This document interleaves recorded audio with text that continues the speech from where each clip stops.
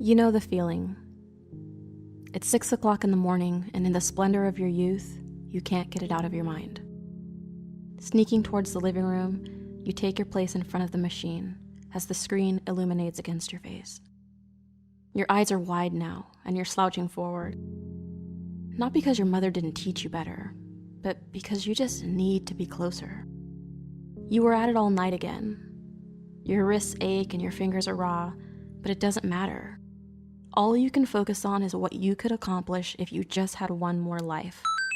You see, there's this girl, and she needs rescuing. And you, yes, you, are the only one that can save her. She's trapped in the clutches of your arch nemesis, a giant, slobbering, hammer-tossing, and fireball-spitting monster who'll snatch her from you time and time again, making you question your skill level as a player, your love for your princess, and your devotion to the game. Your reaction to this work of art is not just physical. It's mental and it's emotional. You love the game as much as you love your princess, and what begins here is a love affair that will span throughout the years of your life, transitioning through time and spilling over into other games. You just don't know it yet. But if you're honest with yourself, you'll acknowledge that to this day, your body still tingles at the sound of... But wait, we're getting ahead of ourselves. I can, without question, tell you in great detail when I fell in love with video games. I know the date. I know what time it was. It was December 25th. It was 8 in the morning. It was 1989 and a cold winter swept through my city. But we were warm inside. My mother's home smelled of gingerbread and Christmas pine, and under the soft cotton of homemade Christmas stockings, I had just unwrapped a machine. It was something that I had wanted for years prior, but couldn't afford to have at the time. This machine would change the course of my life. It would change the course of gaming history. It would change the course of human history. It was a Nintendo Entertainment System. A little gray lunchbox. Bulky, muted, brutally basic. Beautiful. It came with one controller, a flat, raw, and unseasoned prototype of a thing. There weren't very many buttons on it, it didn't connect wirelessly with the system, and it wasn't ergonomically designed for the best fit against your palms and fingers. But it was revolutionary. You see, before Mario hit the market, the gaming industry had collapsed, and it had collapsed hard. In 1983, every company in the fucking world was pumping out shitty games at a rate that would blow your mind. It was a cash grab. The market was saturated, the games were terrible, and consumers just said, fuck this. The whole thing collapsed in on itself. Companies were going out of business left and right. It was the gaming apocalypse. It was left for dead, but in real life. Nobody thought that games would come back after that. It was a fad of the 80s, like giant hair and trickle-down economics. But then, a hero came along. A plumber, who used to be a carpenter, who used to be named Jumpman, who used to be the villain in another friend. It was Mario. I'm talking about Mario. Do you get it now? It's what came with that lunchbox that made all the difference in the world. It was a cartridge split into 2 games. 2 games on one cartridge. How could we get so damn lucky? There was some games with ducks on it, and that looked kind of fun, but who in the hell was this mysterious mustached man jumping through the air in the other game? There were streaks of speed following closely behind him. He didn't look like an athlete, but he must be. Super Mario? Why is he super? Why is he Mario? Who is his brother? What is he running towards?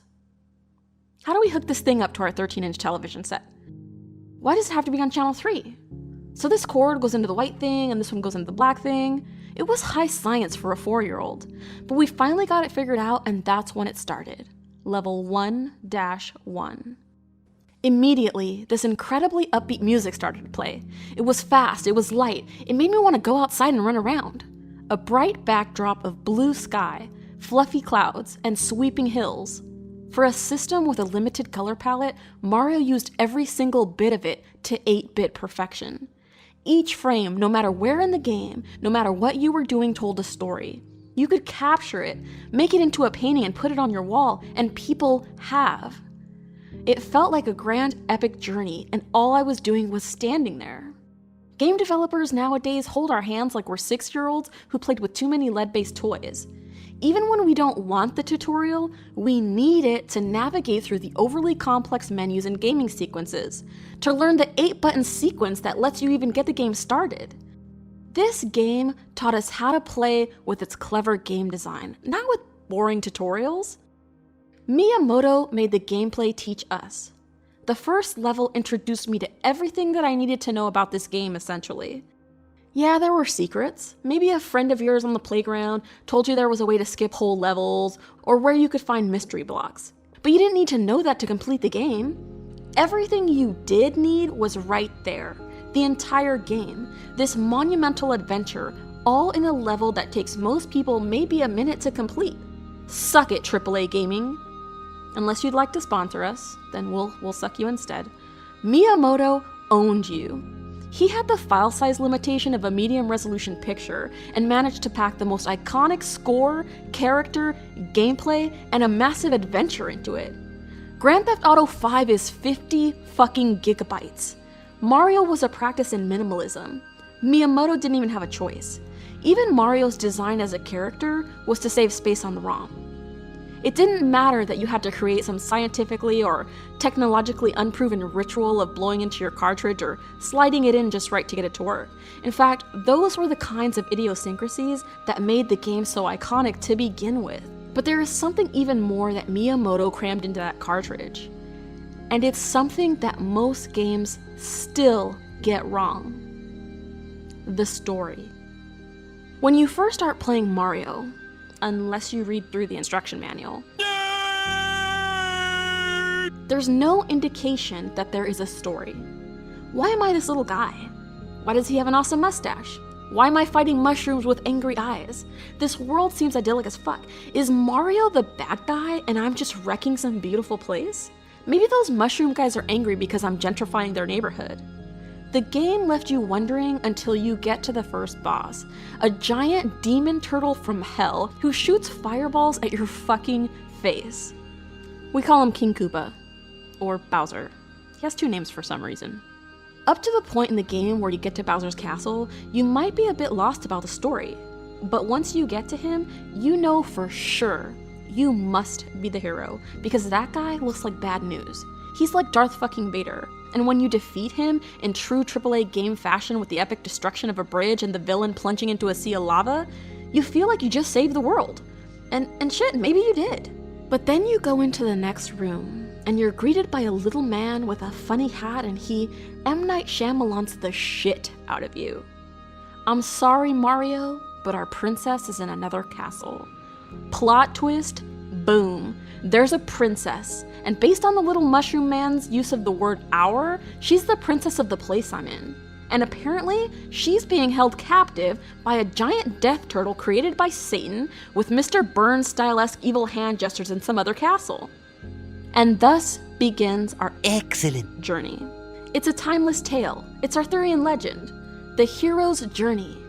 I'm not just some mustached man who hates mushrooms with angry eyes. I'm this kingdom's last hope, because for some reason these dudes wearing funny hats can't do shit but get captured. Games today have trouble presenting that sort of scale, or a narrative that fills us with so much wonder and excitement with $500 million budgets.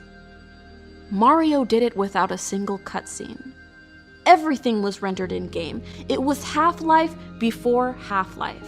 Miyamoto was using all the tropes that make games great today, but he was doing it 30 years ago. And he did it so subtly and compellingly that we were courageous enough, even as children, to play the game despite the fact that the hero dies on the cover of the fucking game. But why is this basic story so iconic to us?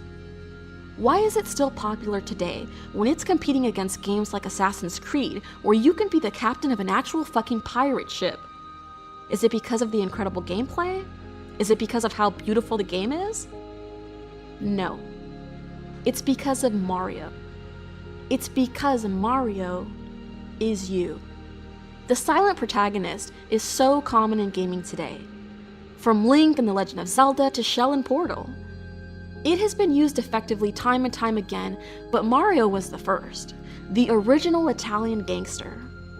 He was the first to present us with this grand tale, and was a guy who didn't have a damn thing to say about it. He wasn't some hulking monster of a man with a cigar hanging out of his mouth shredded like The Rock. He was everybody. He had a belly and he was wearing overalls. He worked a job that didn't require college. He didn't look rich, he didn't look educated. He wasn't stocked to the gills with BFGs, master swords, blades of chaos, gravity guns, or spears that shoot out of your hand with a fucking rope attached to them. He was just human. He was the common man. He was whoever you wanted him to be. He was us, and we were him. I remember when I was a kid, I used to make up dialogue for Mario as I was playing. He would say things to the bad guys, to Toad, to himself. I made the quest more vivid just using my imagination. A kid today might look at Mario and see a tiny, poorly animated man in a poorly animated world. Because that kid can play Skyrim and the giant sweeping world is there for him. He's never had to use his imagination. When I was a kid and I was playing Mario, this was as legendary as it could get. And by filling in the grandness of the adventure in my head, it gave me this personal attachment to it. I was invested. And that investment has stuck with me my whole life. And I'm guessing that the other 40 million people who bought this game on the original NES feel the exact same way. Mario is not just a character. Mario represents something about us that we gave him personally all those years ago. And it's different for every one of us, and that's the reason we still love him to this day. We all want to be heroes, and Mario let us be. Steve Jobs once said, "That's been one of my mantras, focus and simplicity." Simple can be harder than complex. You have to work hard to get your thinking clean to make it simple. But it's worth it in the end because once you get there, you can move mountains. And in the end, it's simple. The game, the system, the storyline. Sometimes you find the greatest sense of clarity and adventure and excitement in the simplest of things. Because it's the simple things that we connect to on the deepest human level. It's the simple things that remind us of our simple dreams and of our simple desires. To be happy, to have fun, to create and explore. And yeah, it might not have the most advanced game design, and it might not have 5,000 explosions like it was directed by Michael Bay. But if the gaming industry was the mountain, Super Mario Bros. Was the focus and the simplicity that moved it. Super Mario Bros. And the Nintendo brought gaming back from the dead. In 1983, gaming was done. By 1985, Mario had changed everything, and he saved gaming. Without Mario, we don't have the gaming industry that we have today. Without Mario, you wouldn't be playing GTA 5 on a 4K television at 1600 frames per second. Mario saved a pastime. It saved an entire culture. A group of people who, when they got done with their shitty day at their shitty job, could go to their shitty homes and escape for a while in some magical world where they were doing all of the things that they've always wanted to do. It's brought friends together, even when the only way that there was to connect with friends was in your living room. Hell, it's even brought families together. If you think Mario just saved a princess, you don't have any idea, man. Because Mario didn't just save a princess. He saved an entire industry. Mario saved us. And that's where the real love affair lies. Remember that part about Mario being you and you being Mario? Mario saved gamers. So, in essence, you saved yourself. You saved the industry. From game developers, to the people who write about the industry, to the YouTubers that make videos about gaming. None of these things would have happened if Mario and Miyamoto and you didn't happen first. That is the simplicity. That is the story. That is the game. And that's why we love Super Mario Brothers.